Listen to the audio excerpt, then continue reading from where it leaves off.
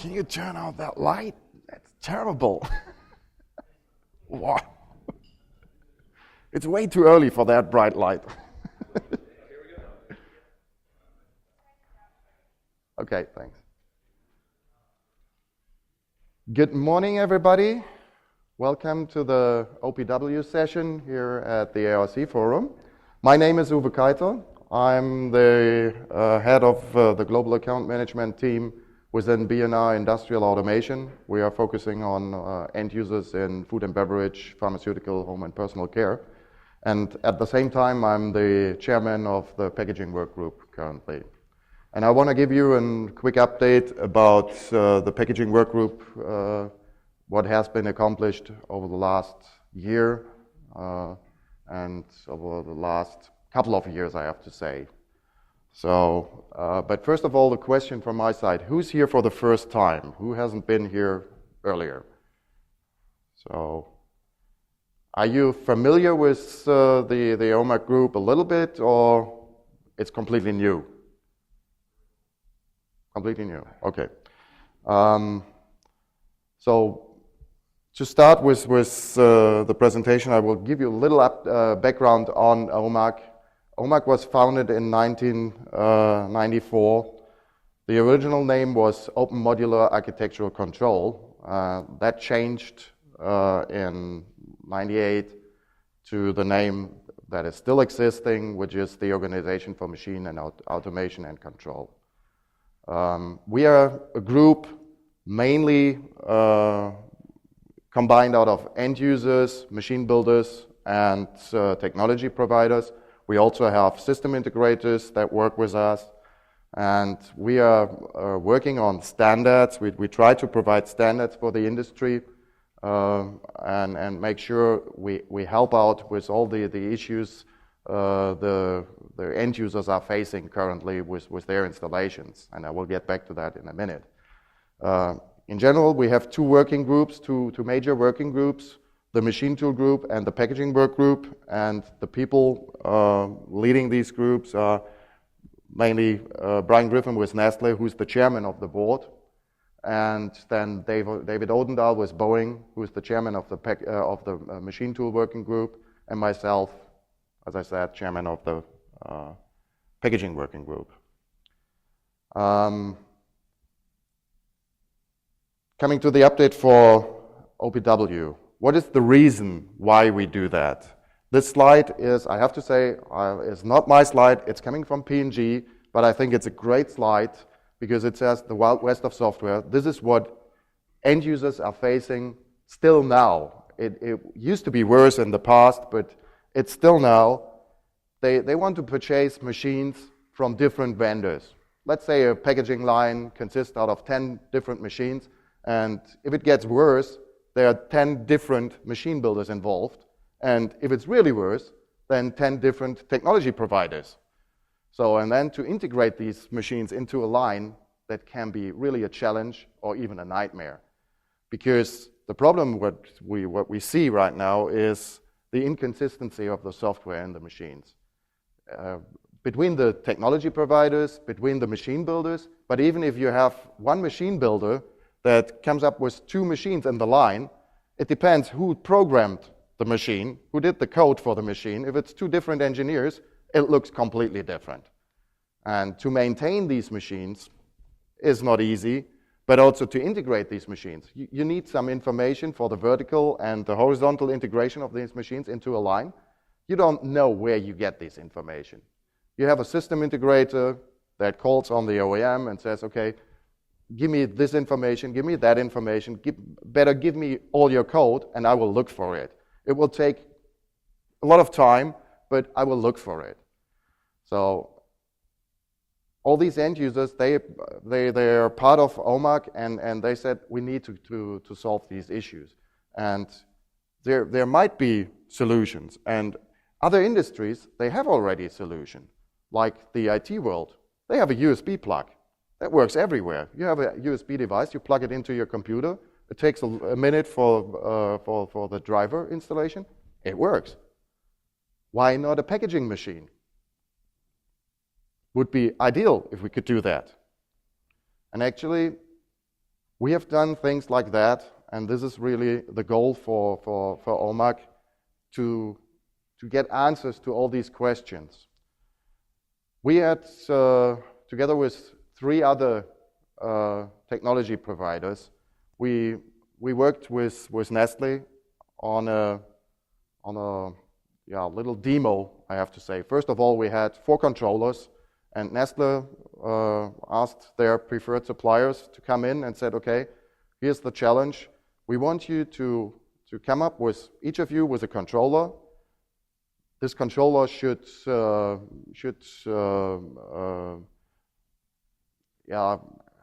have a task for a little machine, but we don't have a physical machine. It's just the controller that's doing something, that's stimulating something.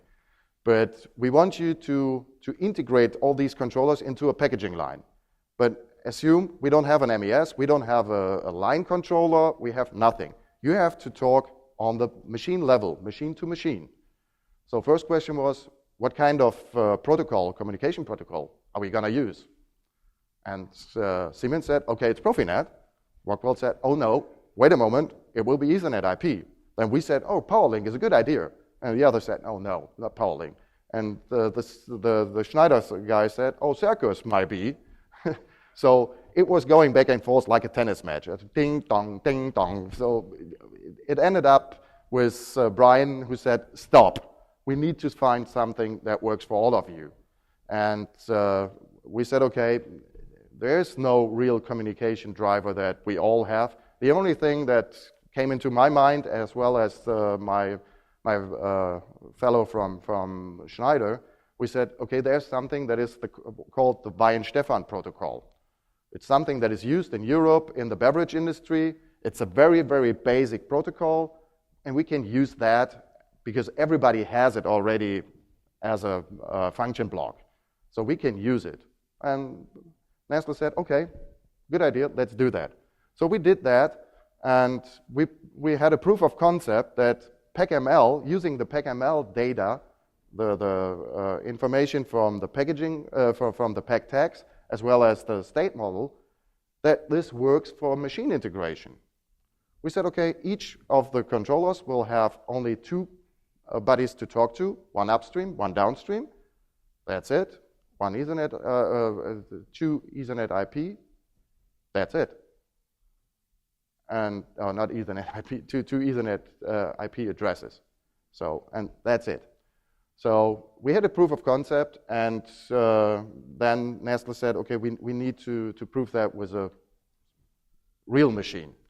So a real machine means we need something that we can carry around, because Nestle wanted to use that for internal trainings. So they invested some money into Festo-didactic demo platforms, and we integrated as well a little robot to make it a little bit spectacular for visitors. And we used that as well for the PEG Expo show last year and the year before. And we integrated all the controllers. Each of the 4 suppliers had to program one part of this machine setup. And the integration is done the same way, using the state model, using the PEG tags, and the Weihenstephan protocol. So with that, we could prove that PegML is really a standard that we can use for the industry for a line integration, really the machine-machine line integration as well into an MES or SCADA or whatever, because it works the same way. So we could really prove the goals of OMAC to come up with standards for the packaging industry and integrate machines. And what came up during this discussion and this setup was the safety issue. We now have a high sophisticated communication between the machines, but we wanted to show this setup on a fair, so it has to be safe. So we had some guarding around it, but we need some doors to open if something's wrong, to open the door. So this had to be safe. Now the challenge was, how do we integrate safety into that? Hardwired again? It's maybe not the solution. So we also, this is one goal of OMAC right now, to seek for a safety protocol that is generic for all of us, for all the technology suppliers. The general setup of the packaging work group is we have technical and marketing working groups. Obviously, the PegML working group that is working on the PegML document, and I will talk about that later in the presentation again. Then PegSpec is a group that works on some documents, how to specify the OMAC guidelines and how to use it in the real world to help end users specify OMAC guidelines instead of a certain brand and certain technology. PegSoft is working together with PLC Open to make sure we have maybe in the future some PLC Open function blocks ready to use. PegConnect and PegSafety are the working groups working on the communication part. So I was talking about the Weihenstephan protocol. I could see some faces that were a little bit puzzled. Weihenstephan, what? So we have to solve that issue because Weihenstephan is for sure not the solution for the future. And PegSafety is what is the working group talking about that safety issue. And then the marketing groups are PegAdvantage, who is covering the whole marketing activities. And they have some subgroups like PegAdapt, working with the machine builder organizations, and PegSyst working with the system integrators and system integrator organizations. And finally, PegLearn, that is a group that is working with universities and doing the educational part of OMAC. That slide, we'll cover that, so just for reading at home. Now coming to the real update on the working groups. First, I want to talk about PegConnect, which is the working group working on the communication part. And a little history about that.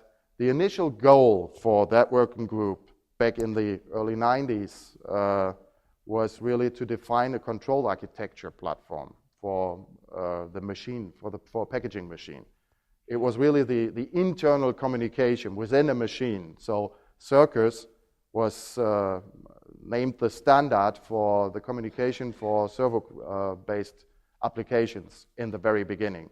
So when that was made the standard, all the other technology suppliers were complaining about that, all these that were not using Circus. So very fast, other Ethernet-based networks, motion networks were added to the list. And then in 2005, roughly 2005, the group was also addressing the communication for machine to an ERP or enterprise level and SCADA level. And the chosen technology by that time was OPC, standard OPC communication. But we realized very fast that this has a lot of limitations and brought a lot of problems to the group. Because we tried, for example, for one exhibition to have a setup of one wonderware system as a SCADA and MES, and we wanted to integrate, I think at that point in time, 5 different technology providers into that SCADA at the same time, and it was not working because the integration of the OPC servers on one PC at the same time, running at the same time, was not possible. So it was not really a solution for the industry. In 2011, after the initiative that Nestle took with the demo, we had a lot of good feedback from that initiative with the Weihenstephan protocol and all of that. So in end of 2011, we had a relaunch of the packaging work group. And the goal is right now really to come up with an independent communication protocol for horizontal and vertical integration of machines. The group had the first meeting in 2011, and after that it was a little bit quiet about that group, and the packaging work group and the PegConnect working group, they joined forces in last year. And we were working with the OPC Foundation lately And we had a great presentation from the European president from the OPC Foundation about OPC UA. And right now the working group is really looking into OPC UA to come up to have a suggestion that this will be the standard for the future for our communication. I mean, if you have a line consisting out of different technology providers, that could be really a solution.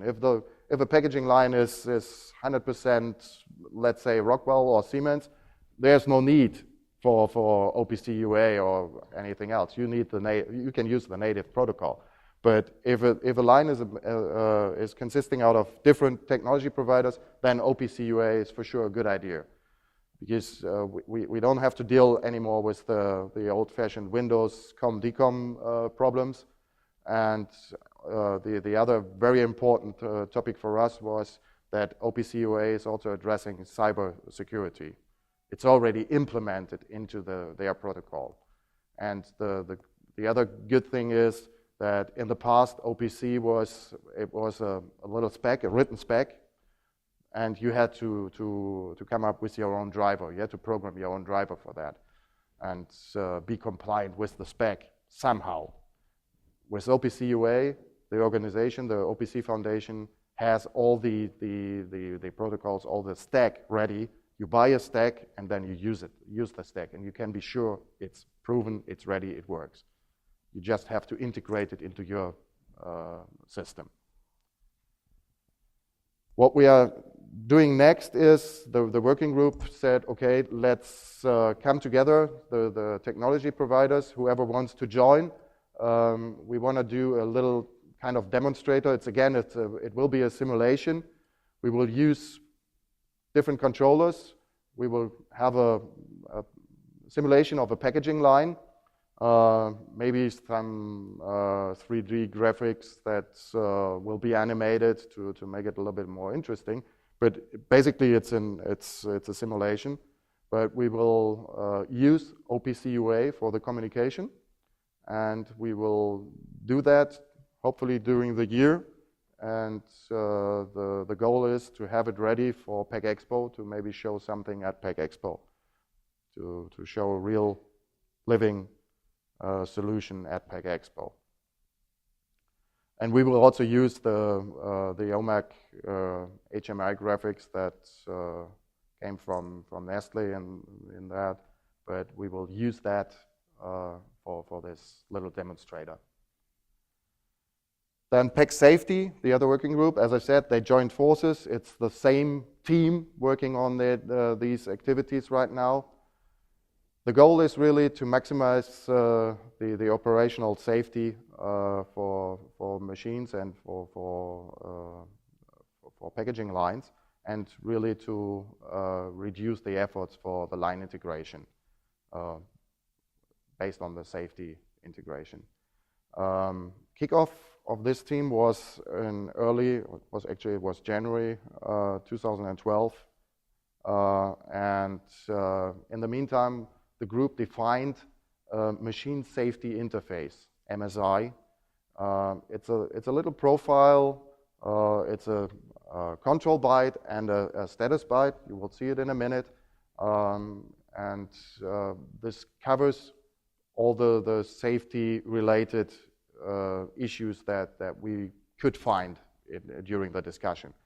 We are definitely using all the international standards. We are compliant with all the international standards. We refer to the international standards. We don't want to have our own standards there, because that will be a nightmare, I think. But we defined that little profile here. And imagine you have a packaging line. These are 3 different machines, 3 different suppliers. Each single machine is safe. It has a European CE mark, so it's safe. So there's nothing to complain about the machine. The machine itself is okay, and the technology inside, it doesn't matter what kind of technology provider is used in these different machines. You could have a safety logic somehow as a line safety, but it can be, maybe not. So it depends. but you have to integrate these machines into your line, and as the end user, you are responsible for the safety of the complete line. So if you think about something like this, two machines, machine A, somebody opens a safety door there, but machine B is very close to that. And so if you open the door, somebody could touch moving parts of machine B, but machine B does not know that the door is open. So how to get to a safe stop in machine B? So, and that was the challenge the working group was talking about. So we said, okay, here's the request, the door's opened, so we have to come to a safe stop. Okay, the request is going to the drives. These two drives have to stop. But at the same point, the control byte is sent to the other PLC, to the other safety PLC. And this safety PLC makes sure that these two drives will stop as well, and as soon as we have this STO, the safe talk off, then this information is going back via the status information, and now we are allowed to open the door. So because we know both machines are in a safe talk off. And this is what the control byte and the status byte are looking like. It's a lot of things related to integrated safety, safe motion technology. So we can also come up with safe limited speed or safe limited direction or whatever it is. So to make sure that the machine is still operating while we are in a kind of safe position. We open a safety door, for example, and there's no need to stop the machine. It is only the need to bring the machine in a safe limited speed, to make sure it will not accelerate the speed. And all these technologies, all these functions are in that control byte, and we use these bytes in a setup during. We used that in a setup during the Nuremberg SBS show in Germany. Actually, it was Beckhoff who did it on their EtherCAT standardization working group stand that they had. They were using this control byte and status byte for the safety integration, and it's a proven technology. It works. Really, it's a great help for the industry in the future, I think. And it can be hardwired as well as using some kind of safe protocols, the black channel principles. So it doesn't matter, and it's supplier independent. So I think it's a good idea. And the next step, the next challenge for the working group is really to define that open supplier independent safety communication protocol, that black channel protocol. And that will be really a challenge because everybody, every technology provider in the team is fighting for his own, that's for sure. So, and right now there might be a solution, but it's too early to talk about it. So that's the big challenge we are facing right now. By the way, we had a discussion with the OPC Foundation as well. They are ready to implement a black channel principles into the OPC UA protocol. So this will work with OPC UA as well in the future. PegML. PegML is probably one of the oldest working groups that we have in OMAC, and it's if you go out into the industry and talk about OMAC and ask the people, what do you know about OMAC? The answer probably is 99%. It's, oh yeah, it's PegML. So this working group did a tremendous good job over the years coming up with the PegML standard. And the setup is, it's the look and feel. So it's the HMI part of the standard, which is PegML. It's the state model, and we have the Peg text, which is the communication part, the machine-machine communication part, the machine to ERP or enterprise.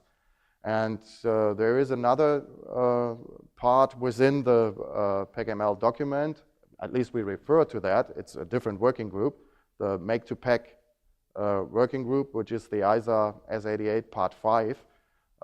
It's the modularization of machines and code in the machine. So let's say you have a machine, and or like in the process industry, the decomposition of their units into unit and equipment modules and control modules and so on, and use the same principles for machines. And this is also this discussion is also based on the PegML standards and principles. The timeline, it all started earlier than 2000, but in 2003 somehow we had the first version 2.2. Before that we had a version 1 and 2 with their own graphical interface and an end, but the version 2.2 was the first real usable document, and there were a lot of integrations taking place. Procter & Gamble did a tremendous good job and to implement machines based on these PegML 2.2 versions. And in 2008 somehow or 2007, the version 3.0 was introduced to the market based on the feedback that we got from the industry. We changed the graphical interface, so the state model and all of that. And then by that time, the document was also given to the ISA organization, and it's the well-known TR-88 document that I think everybody knows and everybody was using. Over the years now, we realized, okay, there's a lot to improve in this document. Also, when we were working with the Nestle guys for that demo, we realized, okay, what is the interpretation of, for example, held and suspended? And we were 5 people in the room, and we had 6 different answers. So there is a lot of room for interpretation in that document. Oh, there was, I have to say. And that was the reason why we said, okay, we have to come up with a new working group or relaunch the working group and work on that document. And this took place starting in December 2012, and we had another face-to-face meeting in 2013. And the goal for that working group was really to simplify the document, clarify, like I said, the definition of the states, like suspended and held, to make sure everybody has the same understanding of it, and make it more complete. And the outcome is really, the result right now is we reduced the document, or the working group. I was not part of that working group, I have to say. If we say we, it's OMAC, but the working group did a tremendous good job on that. They reduced the document from 112 pages down to 78, so a lot of overhead is gone now. And they defined really a minimum set of PEG tags, which is really helpful. The industry is asking for that.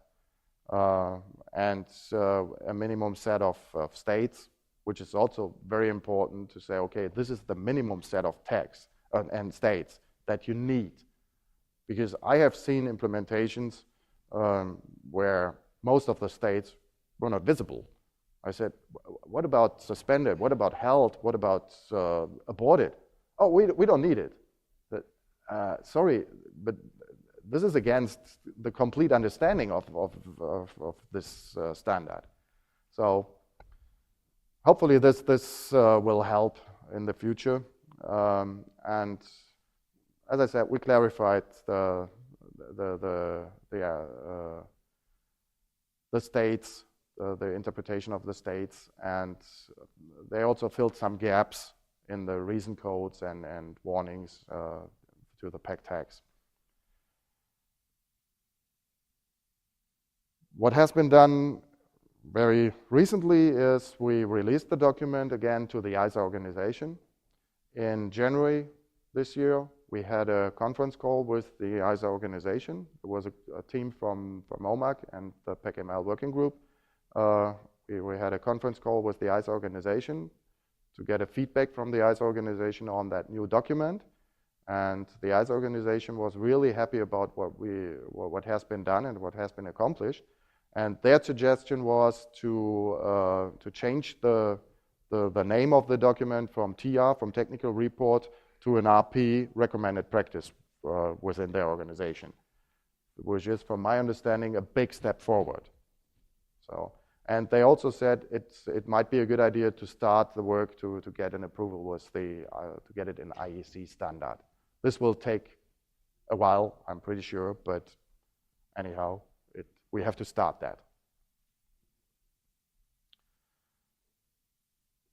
What we did during PEG Expo, also related to PegML, was we had a PegML seminar. It was the first time that we did something like that. We invited all the technology suppliers to show their implementation, how to implement PegML. And 8 technology suppliers joined the team and said, okay, we are ready to present something. And we had a good outcome out of that meeting. A lot of people showed up. Unfortunately, no machine builders. It was the packaging show. They should have come, but none of them was there. But we had a couple of end users there and the technology suppliers for sure. And we showed the implementations. And it's been a great success, because now also end users that haven't been involved in OMAC deeply, they saw, okay, it's nothing we have to reinvent. The technology suppliers, they have it ready. It's ready to use. It's a library, it's a template, whatever it is, but it's ready to use. So we don't have to invest in that. Thanks to Carl Boston, I have to say, from Bosch Rexroth, we also have now something, the first real deliverable from OMAC. It's a PegTech builder. It's a little software tool that helps programmers to implement the PegTechs into the structure of their PLC.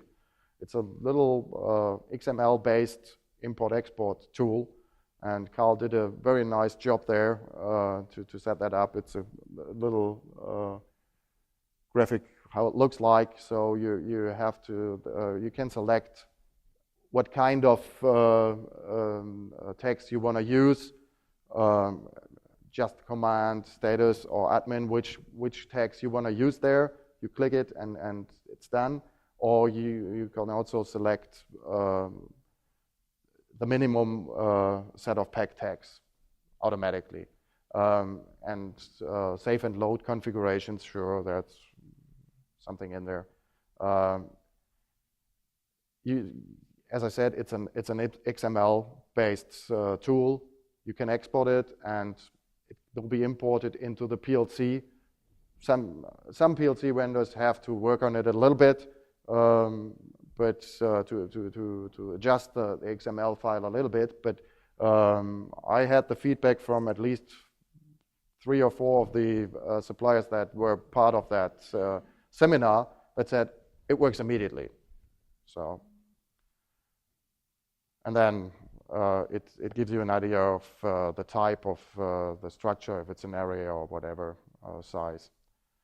And as I said, the minimum set of tags, select all or the minimum. So then the next working group I want to talk about a little bit is PegSpec. PegSpec is really the working group working on a document to help end users specify OMAC guidelines. Really to focus on the machine performance instead of vendor technology providers. It really helps end users to leverage PegML in the future. And the first version of that document is available since last year, thanks to the team. There are still some gaps in that document based on the missing link with PEG Safety and PEG Connect. We don't have the communication part 100% addressed yet, and as well the safety part was not ready at that point in time. So they are waiting for that, but it's a first document that is available. And the document has been given to the PEG Advantage team, so to the marketing organization.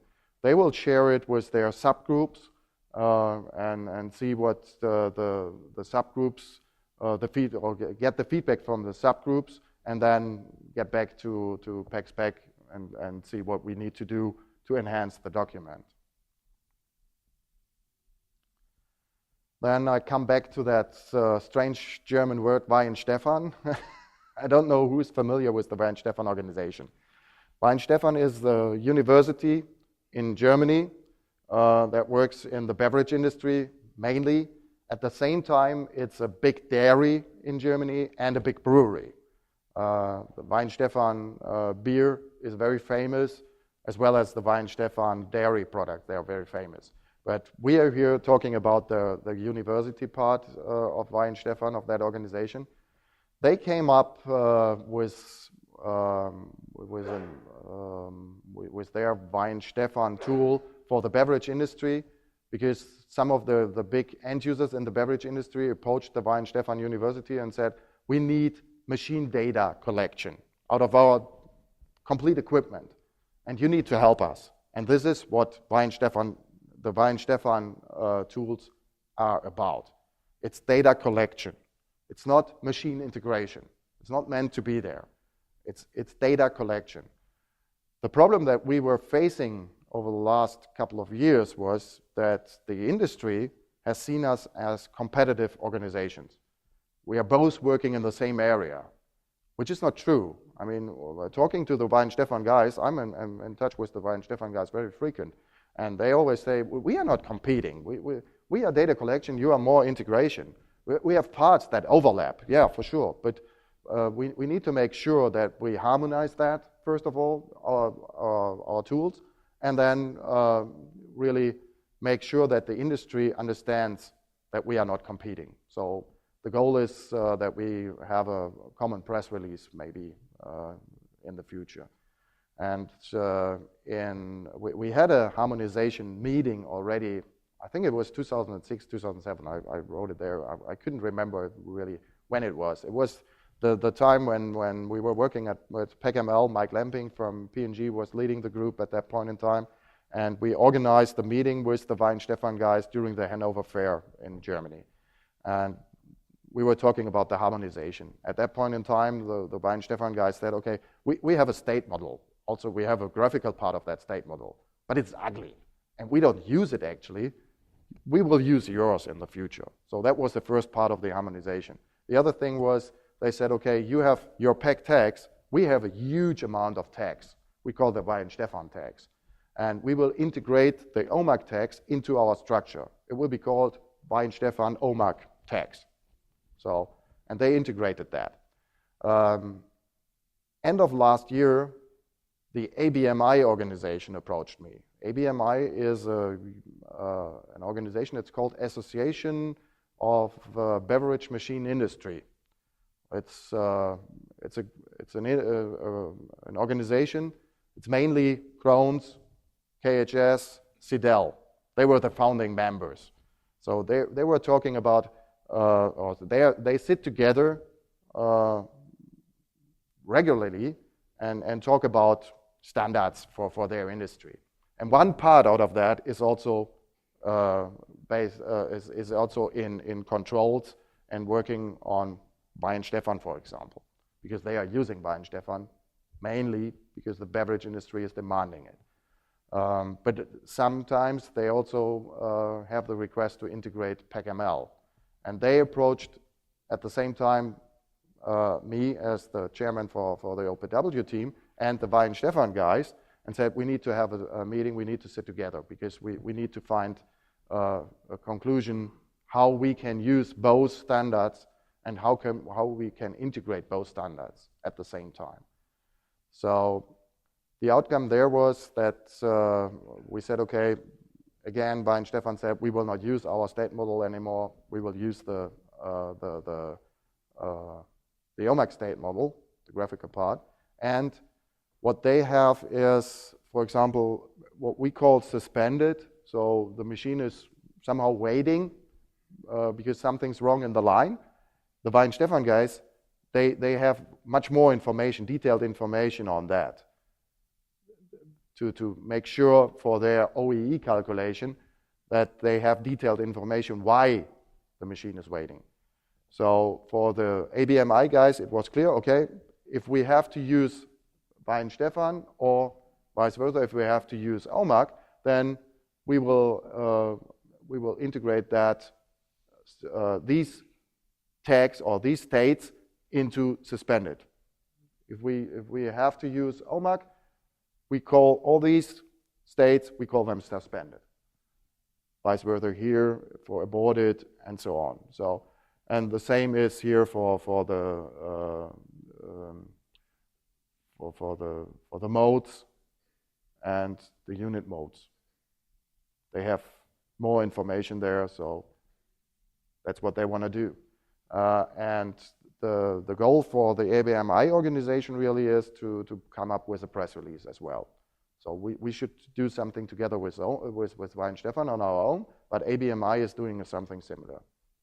To make sure the industry, their customers understand, okay, if you are requesting Bei and Stefan, you get this. If you are requesting OMAC, you get that. And they also said, we will use the minimum set of PEG tags, nothing more.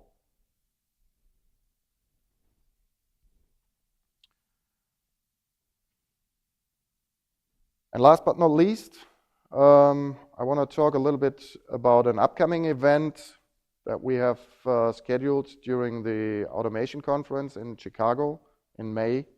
OMAC will held a little PegML workshop there. It's a hands-on training, and thanks to ProMAC, we will have an experienced trainer there who has done a lot of implementations in different machines with PegML and the OMAC guidelines. And we invite everybody to come and see that and really have a hands-on training on how to implement PegML and how to use the OMAC standards and OMAC guidelines. To register, you need to go to the Automation Conference website and register for the whole conference. And then you are also allowed to attend the training that will be on that Monday before the automation conference. That's it, the update. I'm ready to take some questions if there are some. Otherwise, if there is a need to get more detailed information on the new PegML document or what PegSpec is about, the chairman of the two working groups are here. They are for sure happy to help out with detailed information on that. Quiet, nothing. Yep. Sure. My question is for the training, the workshop, is there a cost to that? Or just there is attendance? A cost. You have to register for the complete automation conference, and then you are allowed. And then you're allowed to attend? That's my attend? understanding. Then you are allowed to. It is an additional cost. Okay, I didn't know that. Okay. Okay. Okay. But you have to register for the whole conference as well. You cannot register just for the training, as far as I remember. Huh? Is that way? At least that was. That's what I have in mind. So.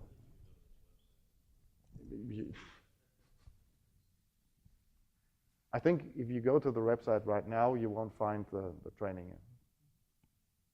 It's not available right now. I haven't seen it lately. Right now? Okay. Last time I checked the website, I couldn't see that. So then, yep. On this demo you talked about, is that a working machine or? The one from Nestle. The demo, the setup with the Festo didactic setup. The new demo you were the talking new demo. about for No, Pack that's not a Expo. machine. That's really it's a simulation. It will be controllers. So, and we are also talking about companies that have auxiliary machines like metal detection, check wears, and all of that to make sure that even these little setups with sometimes a microcontroller system can implement OPC UA, because this is the challenge for a lot of these companies to integrate whatever, Ethernet IP or Profinet or Circus or whatever on their board. It's a challenge, but according to the OPC Foundation, it should be easy to implement the stack on these microcontrollers. So, but it's a demo setup. This demonstrator there, that will be a demo setup. It's really a simulation. We don't have any machine there. And we were first we discussed to maybe change or adapt the existing real demo that Nestle owns, but I mean it's never change a running team. So so we decided no, we won't do that. We leave it as it is. Any other questions?